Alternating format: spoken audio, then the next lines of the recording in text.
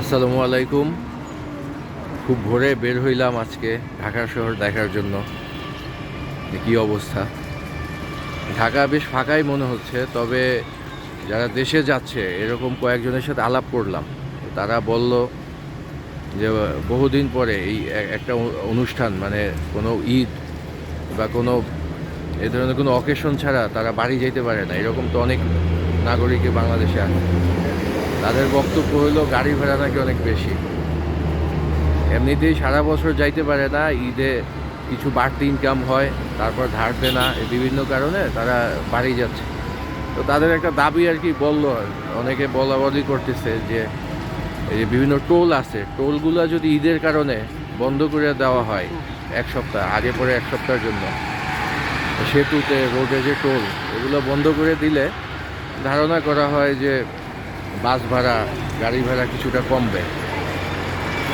চলাফেরা করতেছি, রিক্সাওয়ালার সাথে কথা হইলো, সিএনজি সিএনজি চালায় এরকম এক ড্রাইভারের সাথে কথা হইলো। তারপর এক লোক ঢাকায় ভিক্ষা করে, তো এখন সারা সপ্তাহ ভিক্ষা করছে, আজকে সে বাড়ি যাচ্ছে, তার সাথেও আলাপ হইলো। তার বাড়ি যাওয়ার সময় সেই অভিযোগটা করলো যে এত বাস ভাড়া ওনার যাইতে সমস্যা হচ্ছে।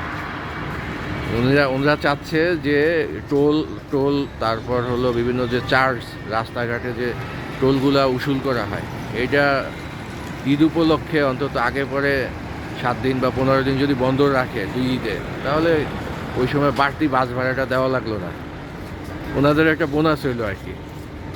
তো ভালোই লাগলো, এই ভিক্ষুকের আইডিয়াটা বেশ চমৎকার।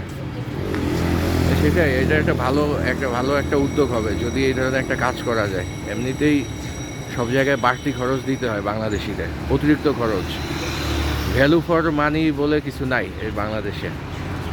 অতএব ভালো কথাই বলছে।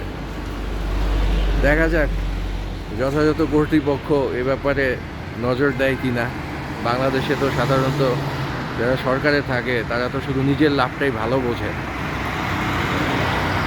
তো আর ঢাকা এরকমই ফাঁকা থাকা উচিত, কারণ এখানে অতিরিক্ত জনসংখ্যার চাপ এটা খুব বাজে একটা অবস্থা তৈরি করে। ভোরবেলার যে পরিবেশ ঢাকার, এটা সারাদিন এরকম থাকাটা, মানে এটা এই দেশে ঢাকা শহরের অধিকাংশ লোককে সুস্থ করে দিত। এই যে হার্টের সমস্যা, ফুসফুসের সমস্যা, এই সমস্যাগুলো মূলত বায়ু দূষণ আর এই ট্রাফিক জ্যাম, এইসব কারণেই হচ্ছে। তো ভোরের ঢাকাটা একটু অন্যরকম, সব কিছু মিলে ভালো লাগার মতো অনেক ব্যাপার থাকে। তাছাড়া রোজার মাস হওয়ায় অনেকে অবশ্য ঘুমাচ্ছে, যারা বাড়ি যাবে না তারা ঘুমাইতেছে। তো এরা আবার ঘুম থেকে উঠলে হয়তো রোজার পরে এইরকম থাকবে না ঢাকা শহর।